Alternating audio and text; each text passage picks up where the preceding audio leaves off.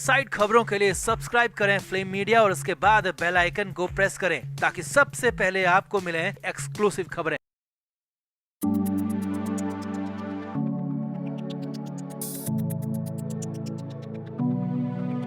सुशांत सिंह राजपूत के केस में एक और बड़ा एक्शन हुआ है, एक और बड़ी कार्रवाई हुई है और इस बार तो बड़े फिल्मी एक्टर को सीधे सीधे रंगे हाथ ही पकड़ लिया गया है। और सबसे बड़ी बात यह रही कि ये एक्टर एक बार पहले फरार भी हो चुका है, लेकिन इस बार शिकंजे से बच नहीं पाया, जिसके बाद इस पूरे केस की जड़ तक जांच एजेंसी पहुंच गई है और अब बहुत ज्यादा गुंजाइश बची नहीं है। बस सिर्फ कुछ और दिन फिर होगा एक के बाद एक ताबड़तोड़ गिरफ्तारी का सिलसिला। तो क्या हुआ मुंबई में, कैसे पकड़ा गया बड़ा एक्टर, कैसे है सीधे सीधे सुशांत केस से संबंध आपको बताते हैं। आप इस वीडियो को शेयर करें और कमेंट करके अपनी राय जरूर दें।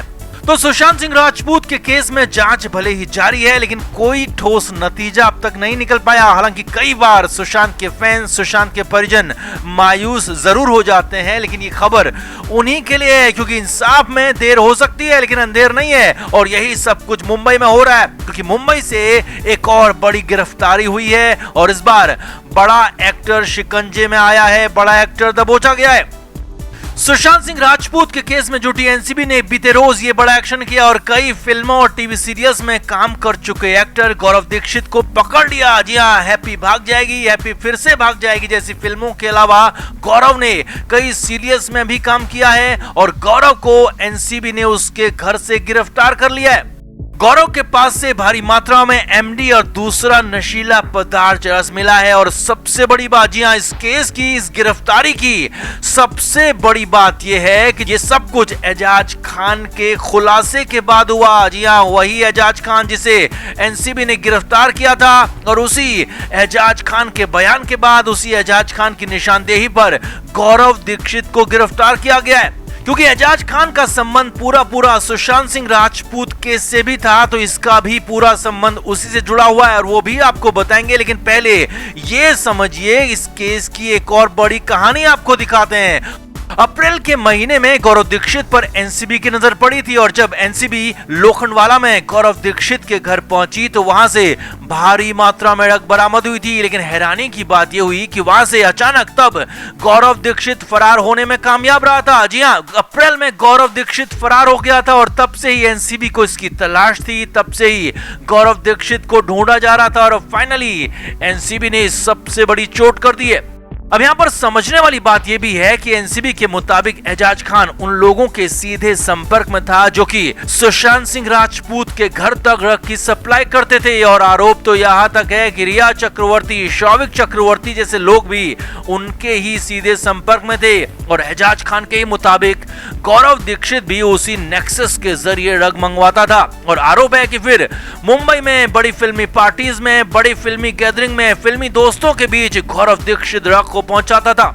यही नहीं, आरोप तो यह भी है कि वो ड्रग का कारोबार खुले तौर पर करता था। गौरव दीक्षित के बारे में, गौरव दीक्षित के इस काले कारोबार के बारे में कई सारे लोग जानते थे, लेकिन कोई भी उसके खिलाफ कुछ नहीं बोलता था क्योंकि उसके हाथ काफी ऊपर तक पहुंचे हुए थे। लेकिन जब सुशांत सिंह राजपूत केस में एजाज खान को पकड़ा गया और एजाज खान ने मुंह खोलना शुरू किया तो फिर गौरव दीक्षित की भी उल्टी गिनती शुरू हो गई और अब फाइनली गौरव दीक्षित को भी पकड़ लिया गया। अब यहाँ पर बड़ी बात यह है कि गौरव दीक्षित पर आरोप है कि उसने इसी ड्रग के धंधे से, इसी ड्रग के नेक्सस से मुंबई और उसके आसपास कई बड़ी प्रॉपर्टीज बना ली हैं, खुद को खूब सारा पैसा जमा कर लिया है और अब गौरव दीक्षित से जल्दी पूछताछ होगी जिसके बाद कई बड़े फिल्मी ड्रग वाले रैकेट का इसमें खुलासा हो सकता है क्योंकि आरोप है कि गौरव दीक्षित कई बड़ी फिल्मी लोगों तक ड्रग पहुंचाता था और इसके सीधे सीधे संबंध ए ग्रेड के कलाकारों से, ए ग्रेड के फिल्मकारों से जुड़े हुए थे और वहां तक एनसीबी सीधे सीधे पहुंचती है। गौरव दीक्षित की निशानदेही के बाद, गौरव दीक्षित की बयान के बाद इसमें बड़ा एक्शन होता है तो कई बड़े नाम, जी हां, कई ऐसे नाम हो सकते हैं जो चौंकाने वाले होंगे, उनका भी इस केस में, सुशांत सिंह राजपूत ड्रग केस में अरेस्टिंग हो सकती है, उनको भी पकड़ा जा सकता है। अब सुशांत सिंह राजपूत के बाद कोई और एजेंसी कुछ करे या ना करे, लेकिन एनसीबी अपनी जांच पुख्ता तरीके से कर रही है। बॉलीवुड से गंदगी को भी साफ कर रही है, बॉलीवुड की गंदगी को सबके सामने ला भी रही है। और उम्मीद की जानी चाहिए कि सुशांत का बलिदान जाया नहीं जाएगा और न सिर्फ सुशांत को इंसाफ मिलेगा, बल्कि सुशांत के बाद ये इंडस्ट्री किसी और को सुशांत नहीं बनाएगी, ये भी यहां पर जरूर पूरी तरह से पुख्ता हो पाएगा।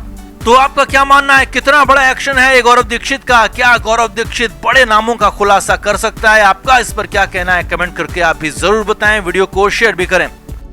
तो रग और फिल्मी दुनिया एक दूसरे के पूरक बन चुके हैं। लगभग साफ हो चुका है कि फिल्मी दुनिया में रग के बगैर कुछ नहीं होता। कोई ऐसी पार्टी नहीं होती जहां पर रग की खेप नहीं पहुंचाई जाती। कोई ऐसा इवेंट नहीं होता जहां रगियों का जमावड़ा नहीं लगता। और इसीलिए तो एनसीबी इस पूरे केस को बेहद गंभीरता और बेहद बारीकी से जांच करके आगे बढ़ रही है।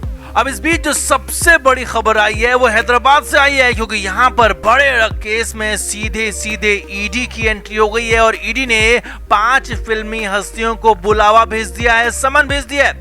अब इनमें पहला नाम है रकुल प्रीत सिंह का। जी हाँ, वही रकुल जो कि सुशांत सिंह राजपूत के जाने के बाद भी खूब चर्चाओं में रही थी और तब भी रकुल से पूछताछ हुई थी। रकुल पर आरोप था कि वो रिया की बेहद करीबी दोस्त है और आरोप ये भी था कि रिया के साथ उसके रग वाले संबंध थे। और अब यहाँ हैदराबाद में भी रकुल प्रीत सिंह को ईडी ने समन भेजा है।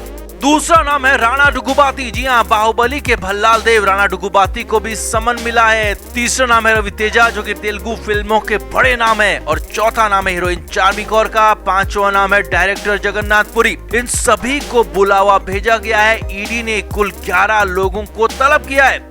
रकुल को 6 सितंबर की तारीख दी गई है, तो वहीं राणा डुगुबाती को 8 सितंबर की तारीख दी गई है। वहीं 9 सितंबर की तारीख रवि तेजा के लिए तय की गई है। और इन सभी को ईडी ने अपने दफ्तर में पूछताछ के लिए बुलाया है। और बड़ी बात नहीं है कि अगर ईडी इनकी बातों से सहमत नहीं होगी, इनकी बातों से संतुष्ट नहीं होगी, तो इनको वहीं पर ईडी गिरफ्तार भी कर सकती है। जी हाँ, खबर है कि इस पूरे मामले में कुल 11 लोगों को बुलावा भेजा गया है, जिसमें कई और बड़े नाम भी शामिल हैं। लेकिन फिलहाल यही नाम सामने आए हैं। अब ये केस वैसे ही बेहद चौंकाने वाला है और ऊपर से जो परतें खुल रही हैं वो और भी चौंकाने वाली है। तो पहले ये समझिए कि आखिर ये केस है क्या। असल में ये पूरा केस अभी का नहीं बल्कि 4 साल पुराना है। 2017 में तेलंगाना एक्साइज डिपार्टमेंट ने 30 लाख की ड्रग सीज की थी और इसमें 11 लोगों के खिलाफ चार्जशीट भी दाखिल की गई थी। और फिर बाद में मामला मनी लॉन्ड्रिंग तक आ गया। जी हाँ, ड्रग के बहाने मनी लॉन्ड्रिंग का आरोप है। मामला फिल्मी हस्तियों तक पहुंच गया और आरोप लगा कि फिल्मी हस्तियों ने अपने पैसे को ड्रग के जरिए, मनी लॉन्ड्रिंग के जरिए विदेश तक पहुंचाया और खूब माल बटोरा। इसके बाद तो बवाल हो गया, क्योंकि इसमें फिल्मी हस्तियों का नाम जुड़ा हुआ पाया गया। हालांकि पहले एसआईटी इसकी जांच कर रही थी, लेकिन अब खुद ईडी ने मामले में अपनी एंट्री करवाई है और सीधे सीधे रकुल प्रीत समेत बड़ी फिल्मी हस्तियों को बुलावा भेजा है, समन भेजा है और तारीख भी तय कर दी है। और अब बहुत जल्द इसका पूरा सच सामने आएगा, साफ हो जाएगा कि आखिर वो 30 लाख की ड्रग कहां से आई, किसने मंगाई, कैसे लाई गई और कौन कौन इसके पीछे है, किसका पैसा इसमें लगा हुआ है। क्योंकि अब ईडी ने खुद इसका कंट्रोल ले लिया है। जो बड़े नाम है उनका फंसना तय है और साफ बात यह है कि ईडी इनकी बातों से संतुष्ट नहीं हुई तो गिरफ्तारी भी तय है। वैसे भी फिल्मी दुनिया में ड्रग को लेकर कई खुलासे पहले भी होते रहे हैं। यहाँ पर कोई बड़ा एक्शन होता है तो एक और बड़ा खुलासा, एक और बड़ा एक्शन होगा। तो आपका क्या मानना है, क्या ये फिल्मी लोग इस 30 लाख की ड्रग केस में शामिल होंगे? क्या फिल्म और ड्रग का सीधा कनेक्शन कितना गहरा है? कमेंट करके आप भी जरूर बताएं और वीडियो को शेयर भी करें। Flame media report.